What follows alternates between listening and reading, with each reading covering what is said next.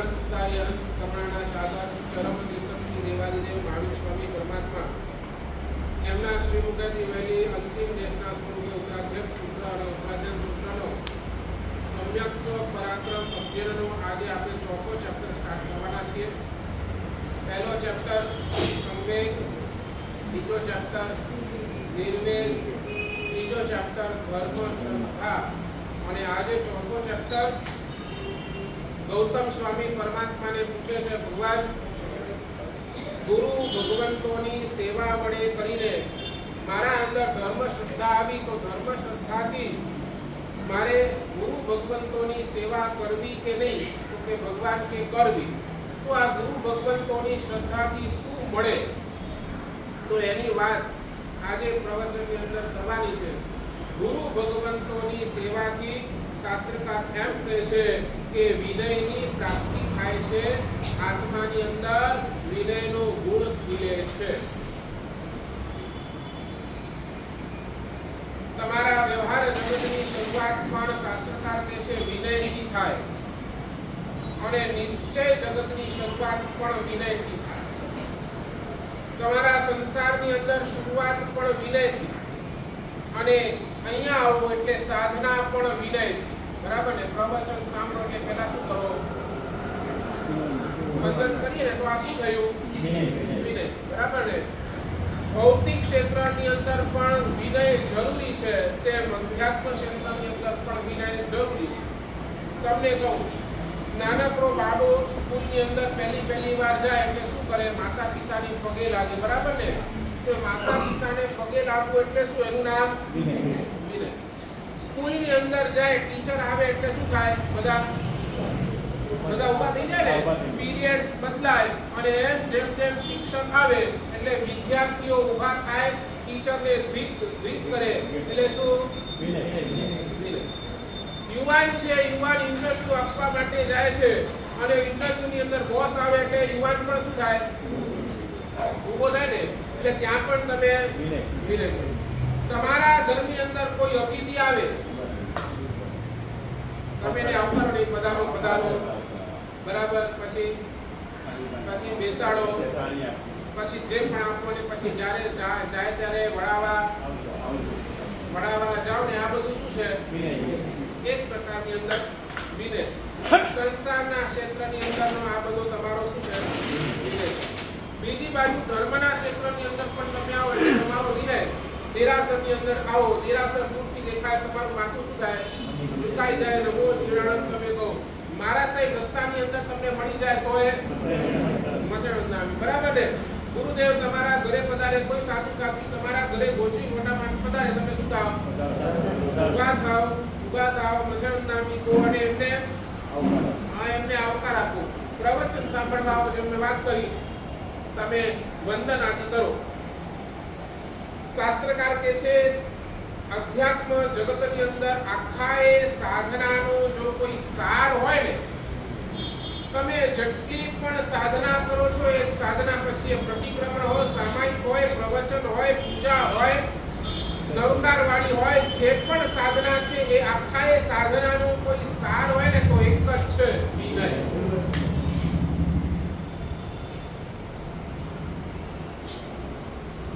દુનિયાની છે ને, તમારા દુનિયાની બધી જ પરીક્ષાઓ સરળ. શાસ્ત્રકાર કે બધી જ પરીક્ષાઓ ઈઝી છે, પણ કઠિનમાં કઠિન પરીક્ષા કોઈ હોય ને તો આ વિનય.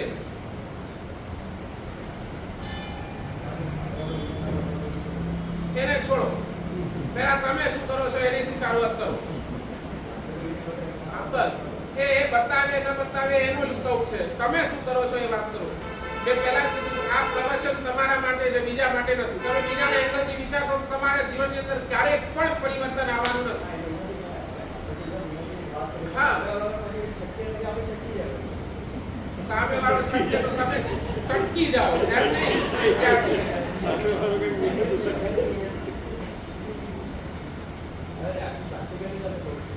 એ હું કહું છું ને, કઠિનમાં કઠિન પરીક્ષા કઈ એટલે તો મેં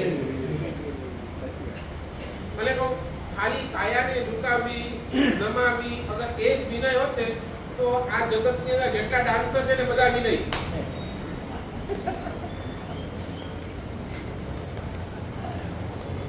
બોસનો ઓર્ડર થયો ને દરેકે દરેક એમ્પ્લોયી એ પ્રમાણે કામ કરવું જ પડે ને, કરવું જ પડતો હોય તો આ જગતની અંદર જેટલા પણ નોકર છે, જેટલા પણ સુને ને આ લોકો છે, એ બધાને સાધકનું લેબર આપી દેવું પડે.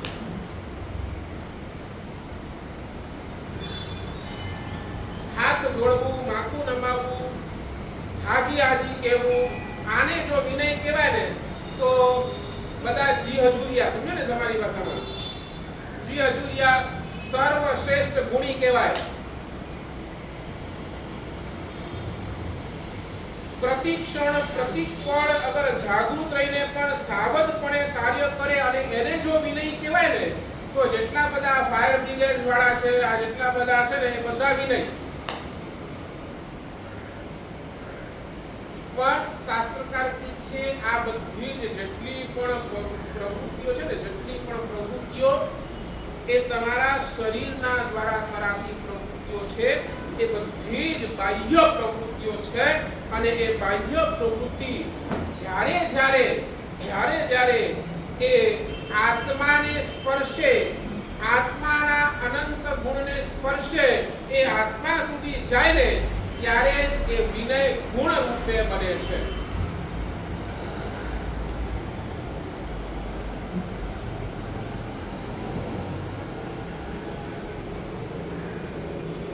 અહીંયા વિનયનો અર્થ શું કર્યો છે? ગુરુ ભગવંતોએ, શાસ્ત્રકાર ભગવંતોએ વિનયનો અર્થ શું કર્યો છે? વિનય આત્મા કેવો હોય એની વાત કરતા અહીંયા એ લોકોએ, ગુરુ ભગવંતોએ, શાસ્ત્રકારોએ જે વિનયની ડેફિનેશન આપી છે ને આના પ્રમાણે, તો એની વાત કરું. વિનય કેવો હોય?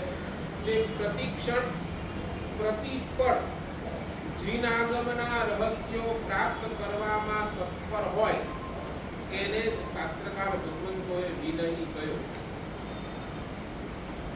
રિપીટ, વિનય આત્મા પ્રતિક્ષણ પ્રતિપળ જીનાગમ એટલે કે પરમાત્માના વચનોના રહસ્યને પ્રાપ્ત કરવામાં જે તત્પર હોય અને એના માટે એ ગુરુ ભગવંતની જેટલી પણ વૈયાવચ કરે, જેટલો પણ આદર કરે, જેટલી પણ ભક્તિ કરે, એનું નામ શાસ્ત્રકાર ભગવંતોએ વિનય કહ્યું. એટલે કે આજ્ઞાને સમજવા, શાસ્ત્રને આત્મસાત કરવા, અને એ શાસ્ત્ર આત્મસાત બને તો શાસ્ત્રકાર કહે છે એ વિનય નામનો ગુણનો વિકાસ થાય.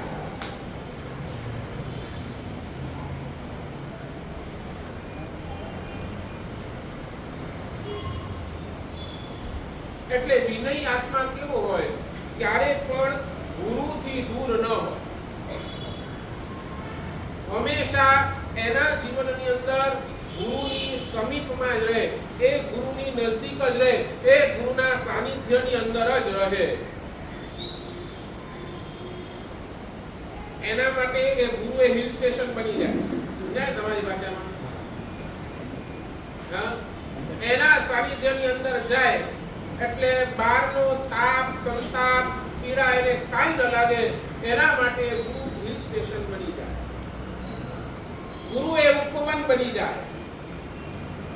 ઉપવન સમજો ને? એટલે ઉપવન એટલે હા, બગીચો.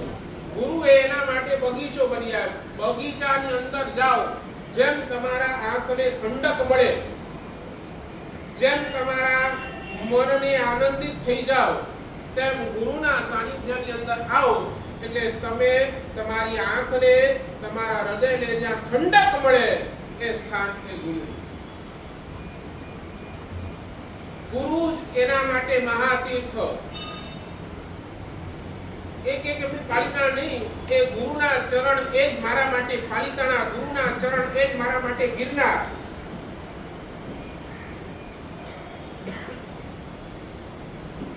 એટલે અહીંયા આ ઉત્તરાધ્યયન સૂત્રનો આગળ અધ્યયન આવશે, એની અંદર વિનય અધ્યયન.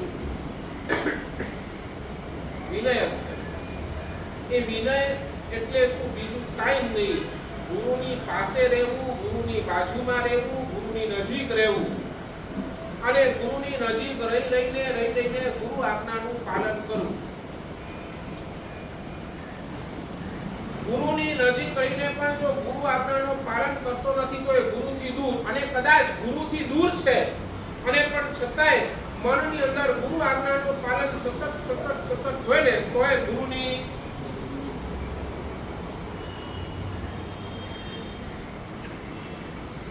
મુનિરાજ તીર્થરત્ન મહારાજ સાહેબ રોજ તમને કહે છે કે આપણે બધા કોના ગુલામ છીએ? મોહ રાજાના ગુલામ છીએ. રોજ આજ એક ટકોર તમારા ઉપર બરાબર ચાલે છે. બરાબર આપણે બધા જ કોના ગુલામ? તો મોહ રાજાના ગુલામ. મોહ રાજાએ આપણને એટલો બધો સતાવ્યો. સાચું બોલો, તમને અહીંયાથી આ મોહ રાજાના કેદમાંથી છૂટવાની ચાવી જોઈએ છે?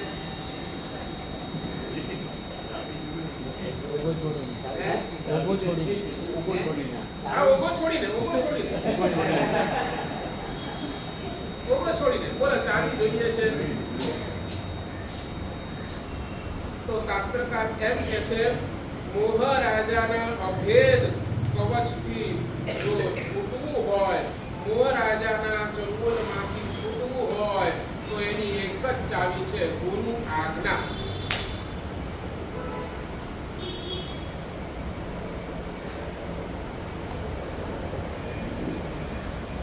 એના સિવાય મોહ રાજાના ચંગુલમાંથી છૂટાશે નહીં.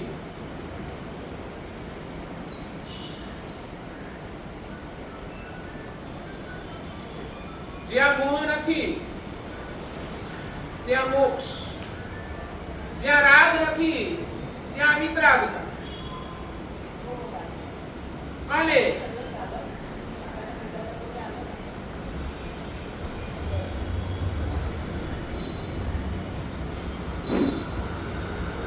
એટલા જ માટે શાસ્ત્રકારે કહ્યું, મોહથી છૂટવા માટે તમારા પાસે એક શસ્ત્ર એ છે ગુરુની આજ્ઞા, અથવા બીજી ભાષાની અંદર કહ્યું ગુરુનો વિનય. સાચું બોલો, ગુરુમાં ગુસ્સે થાય તો તમને શું લાગે? બોલો ને, ગુરુમાં ગુસ્સે થાય તો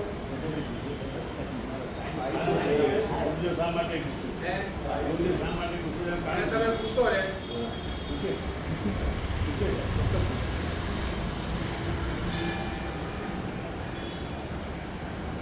અમારે ત્યાં કેવું લખું તમને શું કહું? આ વિનય નામના અધ્યયની અંદર ગુરુ ગુસ્સો થાય ને, બસ હાથ જોડીને શિષ્ય માથું લગાવીને મૌન. કેમ ગુસ્સો, શું કારણ, એ ગુરુને બધી જ ખબર છે. અને એ વખતે શિષ્ય શું વિચારે ખબર છે? ગુરુ ગુસ્સે થયા છે ને એટલે શિષ્ય એ વિચારે કે ગુરુ મારા માટે શંકર બનીને આવ્યા છે.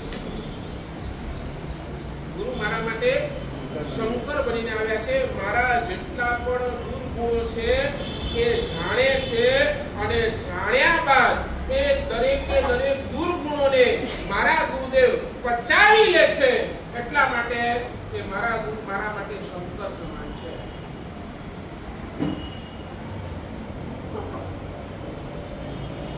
શું કર્યું તું શંકરે? બોલો ને, થોડો હલાવાળ નીકળ્યો હતો, બરાબર ને? બધું જ પચી ગયો ને શંકરને. બસ તો ગુરુ શું કરે છે? આપણા કેટલાય અભિનય થતા હોય, પણ ગુરુ શું કરે? એ બધાને, એટલે તો ગુરુ ગંભીર હોય ને એ જ ગુરુ બની શકે. એની પાસે શિષ્યની ભૂલોને પચાવવાની તાકાત.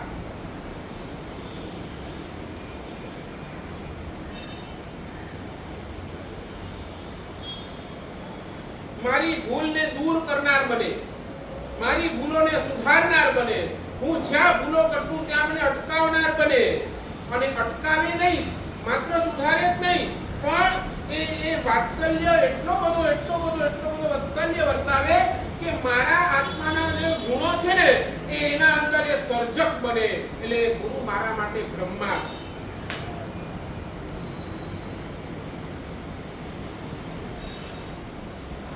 અને મારી પાસે હમણાં જેટલા પણ ગુણો એનું રક્ષણ કરનારા જો કોઈ હોય ને એ મારા ગુરુ છે. એટલે ગુરુ મારા માટે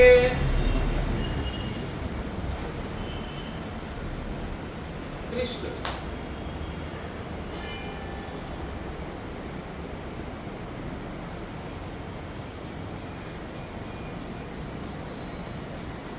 એટલે તો લગે ને ગુરુ બ્રહ્મા ગુરુ વિષ્ણુ ગુરુદેવો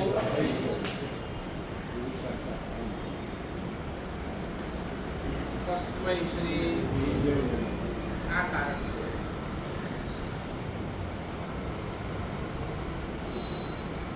અને એટલા જ માટે શાસ્ત્રકાર ભગવંતોએ ગુરુ પાસે જ્યારે પણ જાઓ ત્યારે શાસ્ત્રકાર ભગવંતો એટલું જ કહે છે કે ગુરુનો વિનય કરતા છે. અને ગુરુનો વિનય કરવાના અહીંયા 3 કારણ આની અંદર આ ગાથાની અંદર બતાવ્યા 3 કારણ. એટલે શિષ્ય વિનીત છે કે નહીં એ કેવી રીતે ખબર પડે તો એના 3 લક્ષણ શિષ્યના દેખાય છે. નંબર 1, ગુરુદેવ જે પણ કંઈ આજ્ઞા કરે એ પોતાના જીવનની અંદર શક્તિ હોય તો 100% એ પોતાના જીવનની અંદર ઇમ્પ્લિમેન્ટ કરે. એ પહેલા નંબરનો વિનીત શિષ્ય. સમજાય છે? રિપીટ. પહેલા નંબરનો વિનીત શિષ્ય કોને કહ્યું? ગુરુદેવ જે પણ કાંઈ આજ્ઞા કરે એ પોતાના જીવનની અંદર 100% એનો ઇમ્પ્લિમેન્ટ કરવાનો મનની અંદર ભાવ રાખે એ પહેલા નંબરનો વિનીત શિષ્ય. એટલે બીજી ભાષાની અંદર કહું તો ગુરુને આપણને આજ્ઞા કરવી પડે છે.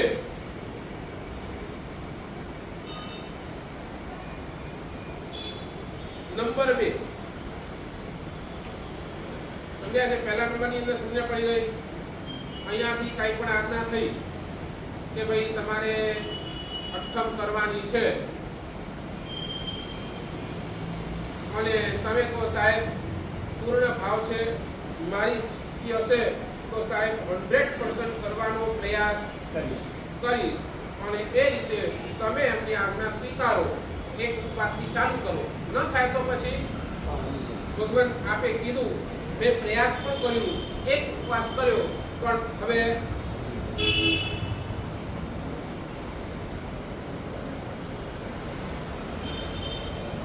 શાસ્ત્રકાર તમને કદાચ ખબર નહીં હોય, શાસ્ત્રકાર લખે છે જે ગુરુની આજ્ઞા, જે ગુરુની નિષ્ઠાની અંદર તપ ચાલુ કરો ને એ જ ગુરુની આજ્ઞા અને એ જ ગુરુની નિષ્ઠામાં તપનું પૂર્ણાહુતિ કરવી. નહીં સમજ્યા? તમે સમજો 20-22 તપ ચાલુ કરી, 4 ઉપવાસ, 5 ઉપવાસ, 6 ઉપવાસ સુધી તમને માનો પછી શરીરની અંદર તાવ આવ્યો, કાંઈ થયું. સાચું બોલો, તમે અમને આવીને પૂછો કે સાહેબ આવી તકલીફ છે ને મેં બહારનું કરી છે કે સીધો બહારનું જ કરીને આવું?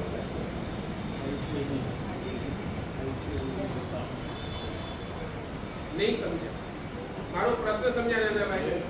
મેં હું શું કહું છું, તમને તપ ચાલુ કર્યો બરાબર, 5, 6, 7 ઉપવાસ સુધી, એકાગ્ર ઉપવાસ સુધી વાંધો ને પછી તાવ આવ્યો એટલે શું થાય? ડોક્ટરે કીધું કે હવે ગોળીઓ વાપરવી પડશે, આ વાપરવું પડશે, તે વાપરવું પડશે. અને તમે શું કર્યું? સાચું બોલો, ગુરુને પૂછીને કર્યું કે પોતાની મેળે? તો શાસ્ત્રકાર કહે છે તમે આટલા સુધી જે તપ કર્યું ને એનું ફળ 0, સીધું 0.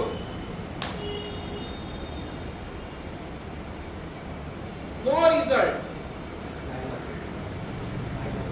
કાંઈ જ નહીં. બસ ખાલી શું તમે કર્યું એનો પુણ્ય બંધાયો, એ પુણ્ય ઉદયની અંદર આવશે, તમને થોડુંક સુખ સુવિધા આપીને ગયો. કાંઈ જ નહીં. જે અંદરના આત્મિક લાભ જે થવું જોતું હતું, જે તમારા આહાર સંજ્ઞા ઉપર પ્રહાર થવો હતો એ નહીં. અમારે જે અંદર લખ્યું કે જે પણ કરો એ ગુરુને પૂછીને કરો.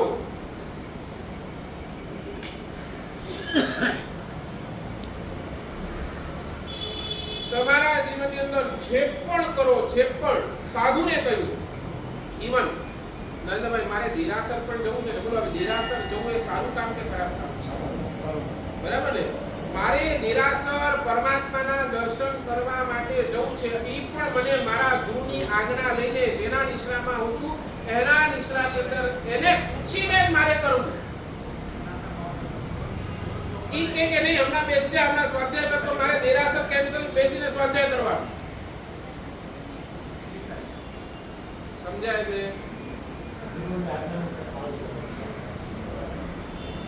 સાચું બોલો. એ વખતે તમે બોલો ને કે સાહેબ દેરાસર જઉં છું, થોડી કઈ ખરાબ કામ કરવા માટે જાઉં છું, થોડું કઈ આમ સમજાય છે, તમે કહો છો તમે જવા દો, નહીં બેસ, ત્યારે કાંઈ નહીં, બસ ચૂપચાપ બેસી જાઓ.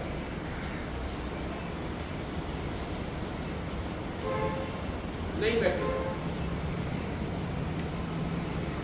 એટલે પહેલા નંબરની અંદર ગુરુ આજ્ઞા કરે અને એ ગુરુની આજ્ઞા 100% જીવનની અંદર ઇમ્પ્લિમેન્ટ કરવાનો ભાવ એ પહેલા નંબરનો શિષ્ય કે એટલે અહીંયા શાસ્ત્રકાર કહે છે કેટેગરી કેવી થઈ કે ગુરુને તમને કેવું પડે છે. બીજા નંબરની અંદર આજ્ઞા કર્યા વગર જ ગુરુદેવના શરીરને જોઈને, એમના જે એક્સપ્રેશન જોઈને, હાવભાવ જોઈને ગુરુ હમણાં શું ઈચ્છે છે એ જાણી લેવું એ બીજા નંબરનો વિનિત શિષ્ય. જાણીને એ પ્રમાણે વર્તવું એ બીજા નંબરનો વિનિત શિષ્ય. સમજે ને? ગુરુને ખબર છે કે હવે ગુરુને તરસ લાગી છે, ગુરુ માનને તરસ લાગી છે, એ આમ તેમ જોવે છે. એટલે શિષ્ય લાંબેથી બેઠો માણસે તરસ લાગે, પાણી આપવાનું, તરત પાણી લઈને આવે. એટલે અહીંયા શું છે, ગુરુને કહેવાની જરૂર નથી. શિષ્ય શરીરના હાવભાવથી સમજ્યા. ગુરુ ઊભા થાય એટલે શિષ્યને ખબર પડે ગુરુને ક્યાંક જવા માટે તૈયાર થાય છે, તરત શિષ્ય ઉભો થઈને એમનો કપડો આપે, એમનો દાંડો આપે, એમની કામી આપે, બધી જ રીતે એ શિષ્ય. એટલે ગુરુના માત્ર ઇંગિત ઈશારાથી, ઇંગિત ઈશારો સમજે ને, ખાલી શરીરનો હાવભાવથી એને બધું જ ખબર.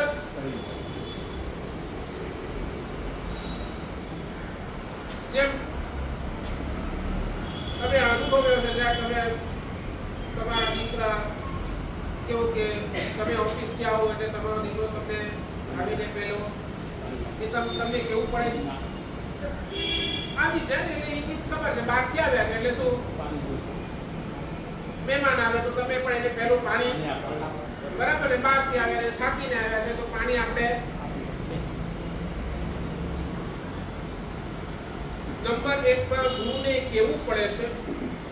નંબર 2 ગુરુના હાવભાવથી, ઇંગિત ઈશારાથી એ સમજી જાય છે.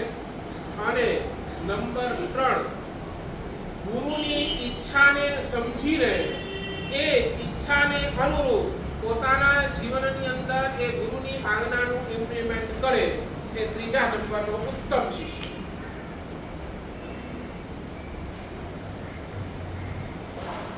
ગુરુની ઈચ્છા છે કે હું ખૂબ ભણું, સમજાઈ જાય વારંવાર ગુરુને ભણો એટલે સમજાઈ જાય અને ગુરુની ઈચ્છા છે હું ભણું, તો એના પ્રમાણે હું મારા જીવનને ઢાળી દઉં, 24 કલાક 12 કલાક જેટલું થાય હું ભણું અને એ પ્રમાણે હું જીવું, તો એ ગુરુની ઈચ્છા પ્રમાણેનો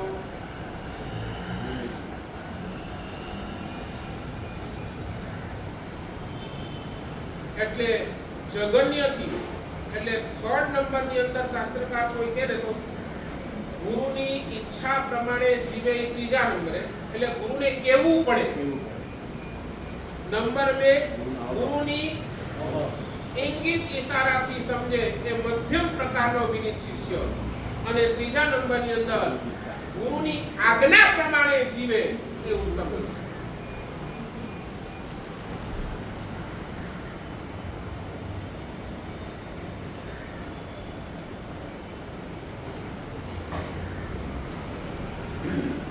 પહેલા પણ લગભગ સરસ્વતી અનુષ્ઠાનની અંદર પણ મેં કીધું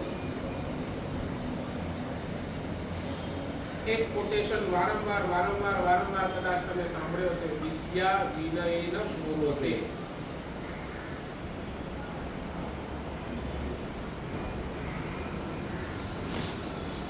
એટલે એનો શબ્દ શું, એનો અર્થ શું? વિદ્યા વિનયેન શોભતે. એટલે વિદ્યા વિનય કરવાથી શોભે છે. પાછો રિપીટ કરું, વિદ્યા વિનયથી મળે છે એવું નથી લખ્યું. રિપીટ, વિદ્યા વિનયથી મળે છે એવું નથી લખ્યું. વિદ્યા વિનયના વર્ધતે એવું પણ નથી લખ્યું. વર્ધતે સમજે ને? હા, વિદ્યા વિનયથી વધે છે એવું પણ નથી લખ્યું. પણ ત્યાં શું લખ્યું? વિદ્યા વિનયથી શોભે. એટલે તમારી વિદ્યા ગૌરવવાળી વિદ્યા ક્યારે બને? તમને ગૌરવ અપાવનારી વિદ્યા એ ક્યારે બને? જ્યારે એ વિદ્યાની સાથે સાથે વિનય ભળે તો. સાચું કહો, તમે તમારા દીકરા દીકરીને વિદ્યા શીખવાડી કે વિનય શીખવાડી? વિનય.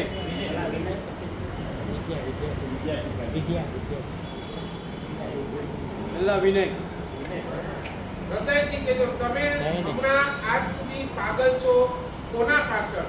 વિદ્યા પાછળ કે વિનય પાછળ?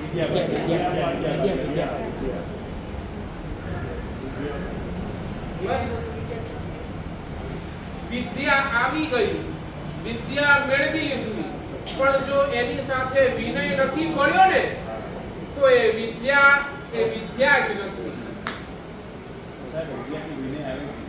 નથી. ક્યાં? અહીંયા નથી લખ્યું વિદ્યાથી વિનય મળે. નહીં, બિલકુલ નહીં. એ તો ઇનબિલ્ટ તમારું ગુણ છે, એને ખીલવવું પડે. એટલે તો કહ્યું કે પહેલા વિદ્યા નહીં, પહેલા વિનયના પાઠ ભણાવો.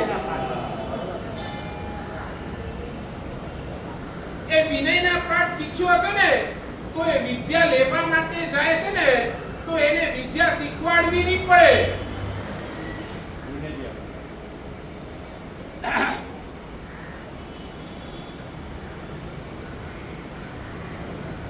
તમને કહું, હું જેટલા યુવાનોને મળ્યો છું ને હમણાં સુધી, મારા સંપર્કની અંદર જેટલા યુવાનો આવ્યા છે એની અંદર 70% of youngsters નું એક જ કોટેશન છે, we hate our parents. શું કહું, આ મારો સર્વે છે. જેટલા યંગસ્ટર્સ આજ સુધી મને મળ્યા છે એની અંદર 70% રોજ મેં કહું છું એમનું કોટેશન શું હતું? We hate our parents. કારણ હવે તમે જ બતાવો.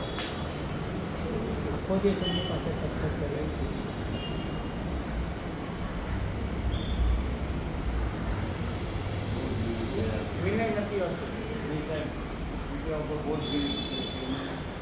કારણ વિનય નથી શીખવાડતું. વિનય નથી. તમને સાચું બોલો, તમારા દીકરાને તમને કેટલી વાર કહેવું પડે? કેટલી વાર? એક જ વાર કોને તમારું કામ થઈ જાય?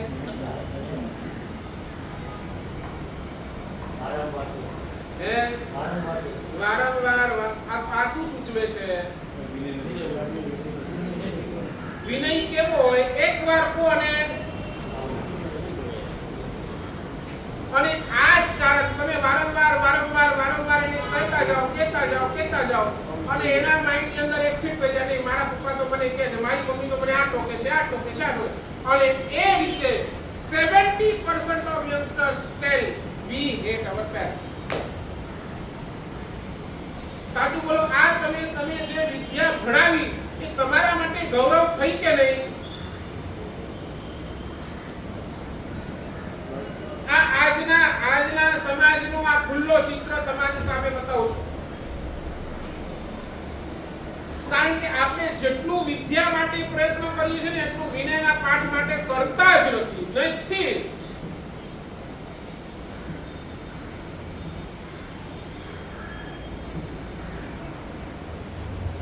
વિદ્યા વિનય હશે ને તો તમારી વિદ્યાના પણ સર્વત્ર વખાણ થશે. તમે છોકરો ભણ્યો છે પણ ભણ્યાની સાથે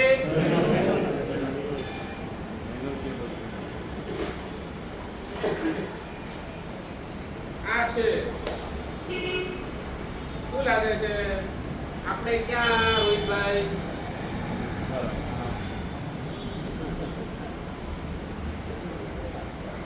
where do we stand? તમને શું કહું, તમારે ત્યાં ઠાણાંગ નામનો સૂત્ર છે આગમ ગ્રંથ 11 ની અંદર ઠાણાંગ નામનો આગમ ગ્રંથ આવે એની અંદર લખે આચાર્ય ભગવતો ને શિષ્યોને વાચના આપતા હોય, શિષ્યો એમને વાચના આપતા હોય, એમને સૂત્રના પાઠ અને અભ્યાસ એનો અર્થનું જ્ઞાન આપતા હોય અને માલિયા બેઠીઓ બધા શિષ્યો બેઠા હોય અને આચાર્ય ભગવતને લાગે ને કે આ શિષ્ય વિનીત નથી, આ શિષ્ય એની અંદર વિનય નથી, આની અંદર આ વિનીત નથી, તો Acharya Bhagwat has the right stand up and get out. શું કહું છું?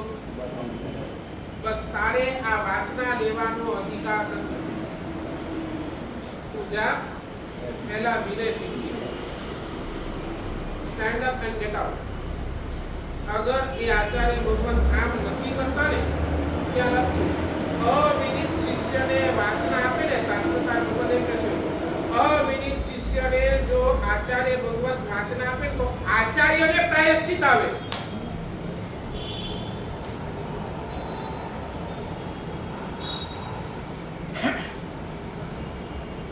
હવે એક તમારા ઉપર ઇમ્પ્લિમેન્ટ કરો. તમે જો તમારા દીકરાઓને તમારા પુત્રાઓને જો વિનય નથી શીખવતા ને તો ગુનેગાર એ નથી,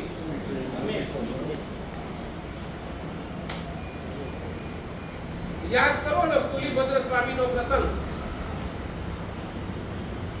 ભદ્રભાવ સ્વામી 10 અંગ આપી દીધા છે, 10 અંગનો અભ્યાસ એ સ્થૂલીભદ્ર સ્વામી જબરજસ્ત કોટીની મેઘા શક્તિ.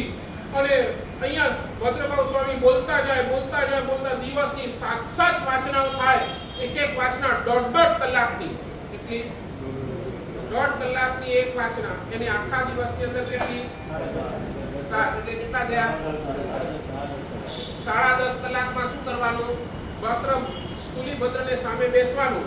ભદ્રભાવ સ્વામી અહીંયાથી બોલે, બધું આ સાંભળીને અહીંયા ફિટ કરી દેવા. એ વખતે કાઈ લખાણ નતા, તમે હમણાં લખો છો ને બધું નોટલ કરો, એવું કાઈ નહીં, જે બોલે અહીંયા સીધું ફિટ. એવી રીતે કરીને કેટલા અંગ ભણાવ્યા? 10 અંગનો અભ્યાસ.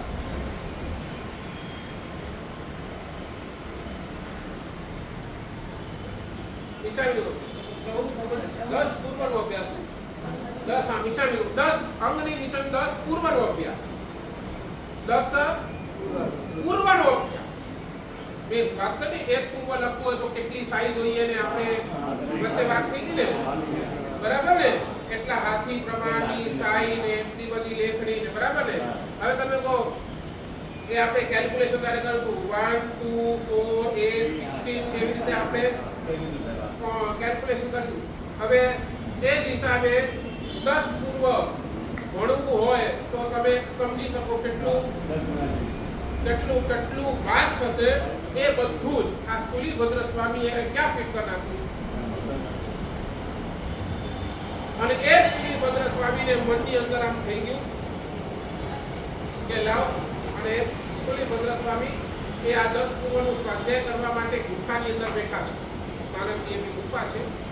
સ્વાધ્યાય પણ કેવી છે? આંખો બંધ, ધ્યાનની અંદર જાય અને ધ્યાનની અંદર આખા 10 પૂર્વનો અભ્યાસ ચાલુ થઈ જાય. એક મેડિટેશન. હા, અને ગુફાની અંદર બેઠા છે. અને એક વખતે સ્થૂલીભદ્રની 7 બહેનો હતી. કેટલી બહેનો? 7. તમે બોલો છો પરેશાની છે મને બોલો. જખાય જખદિનાય ભુવાત ચેવ સેણા વેણા રેણા ભૈણીઓ તુલ્લી બદ્દસ 7 બેન.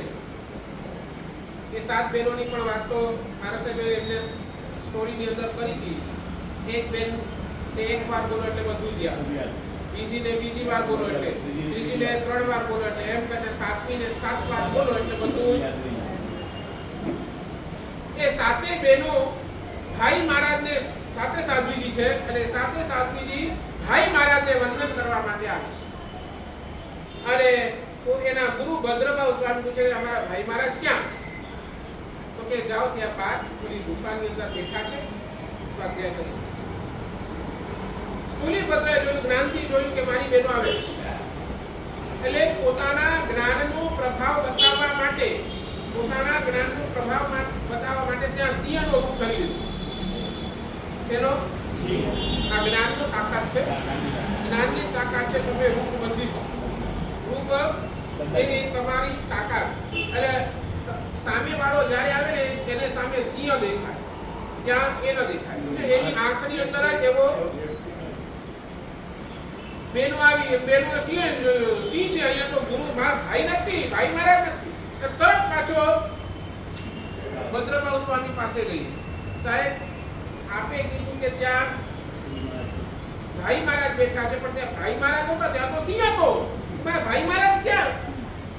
એટલે ગુરુદેવે વળી પાછો જ્ઞાનનો ઉપયોગ મૂક્યો અને એમને ખબર પડી કે આ 10 જે પૂર્વ ભણાયા છે ને, 10 પૂર્વનો જે અભ્યાસ લીધો છે ને, એ જ્ઞાન હજી અપચ્ચો છે. એટલે હજી આ અભ્યાસ કરવા માટે અવિદિત છે. અને વળી પાછો બેનો જાય છે કે નહીં હવે તમારા ભાઈ છે, જાઓ. અને જાય છે, ભાઈ માને વંદન કરે છે, ભાઈ માને સાતા પૂછે છે, અભ્યાસ કરી બધી ઇન્ક્વાયરી કરી. અને બેનો તો અને જેવું ભણવાનો ટાઈમ આવ્યો ને એટલે સ્થૂલી ભદ્ર સ્વામી ભદ્રભાવ સ્વામી પાસે આવ્યા, બેઠા, અભ્યાસ કર્યા, વંદન કર્યા, બેઠા. અને સ્થૂલી ભદ્રભાવ સ્વામી થયું get out, stand up and get out. You are not eligible for this further knowledge. હજી 4 બાકી હતા. હજી 4 પૂર્વ એટલે 14 પૂર્વ કહેવાય. તમારો મંત્ર ભલો નમકારે છે. આપણે કહીએ ને 14 પૂર્વ એટલે હજી 4 પૂર્વ ભણાવવાના બાકી છે. Get out. You are ineligible. ના પાડી દીધી on the spot. નહીં સમજ્યા? એ તો આખા સંઘે વળી પાછી વિનંતી કરી. આખા સંઘે કીધું કે સાહેબ આમને નહીં, આમની એક કેપેસિટી છે, આમને નહીં આપો તો આ આખો ચતુર્વિધ સંઘ આ 14 પૂર્વથી વંચિત રહી જશે. કૃપા કરીને તોય એના પ્રાયશ્ચિત માટે એમને મૂળથી ના આપ્યા, ખાલી અર્થથી આપ્યા, બાકી ના ચાલે. ખાલી નિશાન, ખાલી મૂળ આપ્યા, અર્થથી વાય.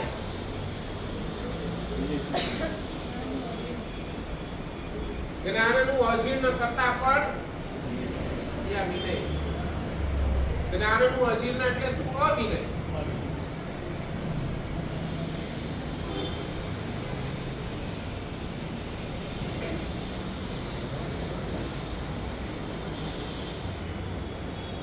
બોલો, સમજ્યા છે? નથી સમજ્યા?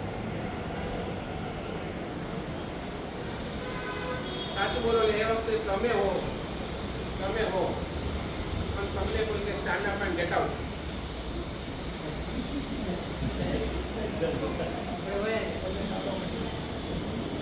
સાચું બોલો. બીજા દિવસે વળી પાછા આવો, પોતાની ભૂલ કબૂલ કરો.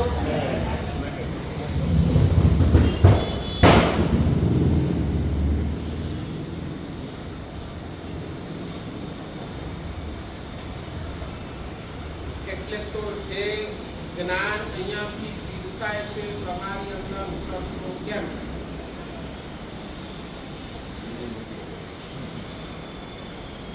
એ તો ઠીક છે, તમારું કર્તવ્ય છે અને અમે આપીએ છીએ. ફાઇન બોલો, અમે આપવું પડે છે. બાકી અગર તમારી એલિજિબિલિટી ચેક કરી અને પછી તમને આપીએ ને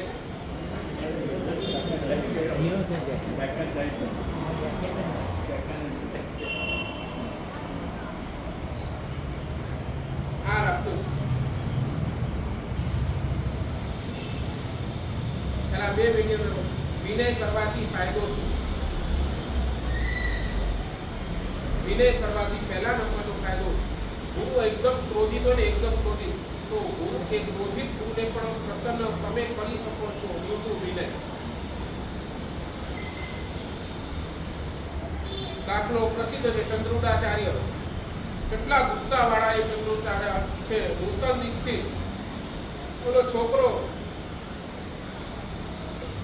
બરાબર ને, અને ઉપરથી આમ હે સીધો હાલતો નથી, કેમ સીધો નથી હાલતો, અને ઉપર દાંડાથી પ્રહાર કરે છે. તાજીલો જ છે, માથે દાંડાનો પ્રહાર, પણ છતાંય ગુરુનો વિનય એ ટોપ કર્યો કે ગુરુને કેવલ જ્ઞાન થાય એની પહેલા શિષ્યને કેવલ જ્ઞાન થાય. આજનો દીક્ષિત શિષ્ય માત્ર ગુરુનો વિનય કરવાથી કેવલ જ્ઞાન.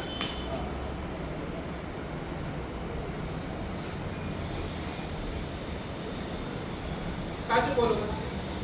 એક છેલ્લો પ્રશ્ન કરીને જોડે પ્રવચન પૂરું કરી. છેલ્લો પ્રશ્ન, સાચું બોલો.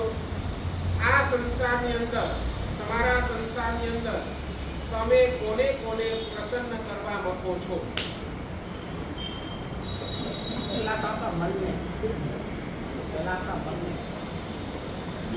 આ સંસારની અંદર તમે કોને કોને પ્રસન્ન કરવા, પ્રસન્ન સમજો ને, એટલે રાજી કરવા માંગો છો? ત્યાંથી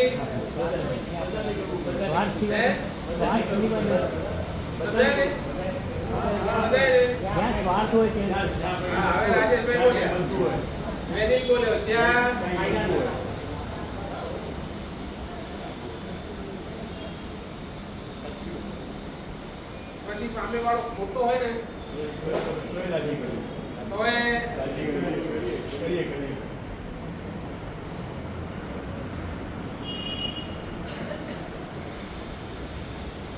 તો ઉપદેશ પ્રસાદની અંદર શાસ્ત્રકાર લખે છે, શ્રાવક છે ને, શ્રાવક ત્રણને પ્રસન્ન કરવા માટે મહેનત કરે. આ ત્રણને છોડીને બીજા કોઈને પ્રસન્ન કરવા માટેની મહેનત શ્રાવક કરે નહીં. પહેલા નંબરની અંદર શ્રાવકને જો પ્રસન્નતા લાગતી હોય, પ્રસન્ન કરવું હોય, તો એક પહેલા નંબરની અંદર પરમાત્માને પ્રસન્ન કરે. 24 કલાક ચેક કરે, હું જે કરું છું એનાથી મારા ભગવાન પ્રસન્ન છે કે નહીં. નંબર 1. નંબર 2, શ્રાવક પોતાના જીવનની અંદર કોઈને પ્રસન્ન કરવા ઈચ્છતો હોય તો એ નંબર 2 છે ગુરુદેવને. એના ગુરુદેવને ખબર પડે કે આ ખોટું કરી રહ્યું છે ને એનાથી નારાજ થાય એક પણ પ્રવૃત્તિ એ શ્રાવક કરે નહીં. એન્ડ નંબર 3, પોતાના આત્માને, એની આત્માની પ્રસન્નતા, મનની પ્રસન્નતા નથી કીધી અહીંયા. પાછો રિપીટ ક્લિયર કરું છું, મનની પ્રસન્નતા નહીં, પણ આત્માની.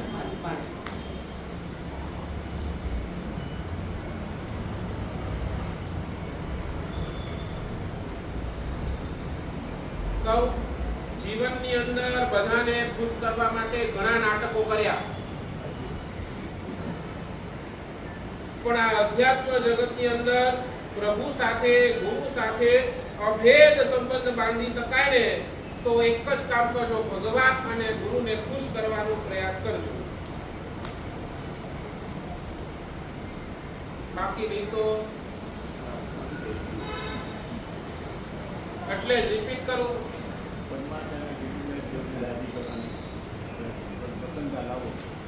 વિનય આ અધ્યાત્મ જગતની સૌથી કઠિનમાં કઠિન પરીક્ષા છે અને તમને રોજ આ પરીક્ષા આપવાની છે, રોજ જ. હવે તમે ડિસાઈડ કરો તમે ડિસાઈડ કરો તમે પાસ કે તમે fail. You are the decision maker. તમે ડિસાઈડ કરો. તમારા હૃદય ઉપર હાથ રાખીને પૂછો, હું જે કરું છું એ મારી દરેકે દરેક ક્રિયાથી મારા ભગવાન પ્રસન્ન છે કે નહીં? હું જે કરું છું એ મારી દરેકે દરેક ક્રિયાથી મારા ગુરુદેવને સમાચાર મળે અને મારા ગુરુદેવ મારાથી પ્રસન્ન થાય કે નહીં? આ અને ત્રીજો પ્રશ્ન, હું જે કરું છું એના મારી આત્માને એનાથી શું લાભ થશે? મારી આત્મા એ પ્રસન્ન થશે કે નહીં? આ ત્રણની અંદર તમને જો જવાબ હા આવતો હોય તો તમે પાસ, અને આ ત્રણની અંદર જો તમને જવાબ આપતો હોય ના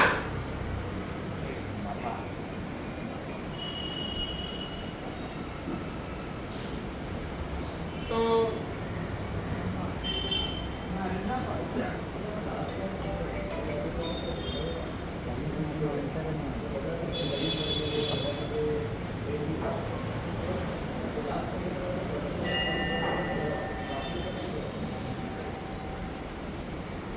બાકીને તો તમે ક્યાં પ્રસન્નતા કરો છો એ કોને મને? શેના માટે કરો છો એ કહો. ઇન્ટેન્શન શું છે ત્યાં? ઇન્ટેન્શન જ્યાં નિસ્વાર્થતા છે ને ત્યાં વિનય છે. બાકી જ્યાં સ્વાર્થ છે ને ત્યાં શાસ્ત્રકાર કહે છે વિનય નથી. એ તો જી હજુરી છે, બીજું કાંઈ નથી. બરાબર? આ ગુરુ, આ વિનય. હજી આ ગુરુનો વિનય કરવાથી શું થાય એની ઘણી બધી વાતો કરવાની છે. આવતીકાલે આપણે કરીશું. એના જોડાઈઓ માં મંગલકારી પૂજ્યપાદ તપ ચક્ર ચક્રી દક્ષાધિપતિ આચાર્ય ભગવત ગુણોદય સાગર સુરેશ્વરી મહારાજા સાહેબ એમની 5મી પુણ્યતિથિ 9, 10 અને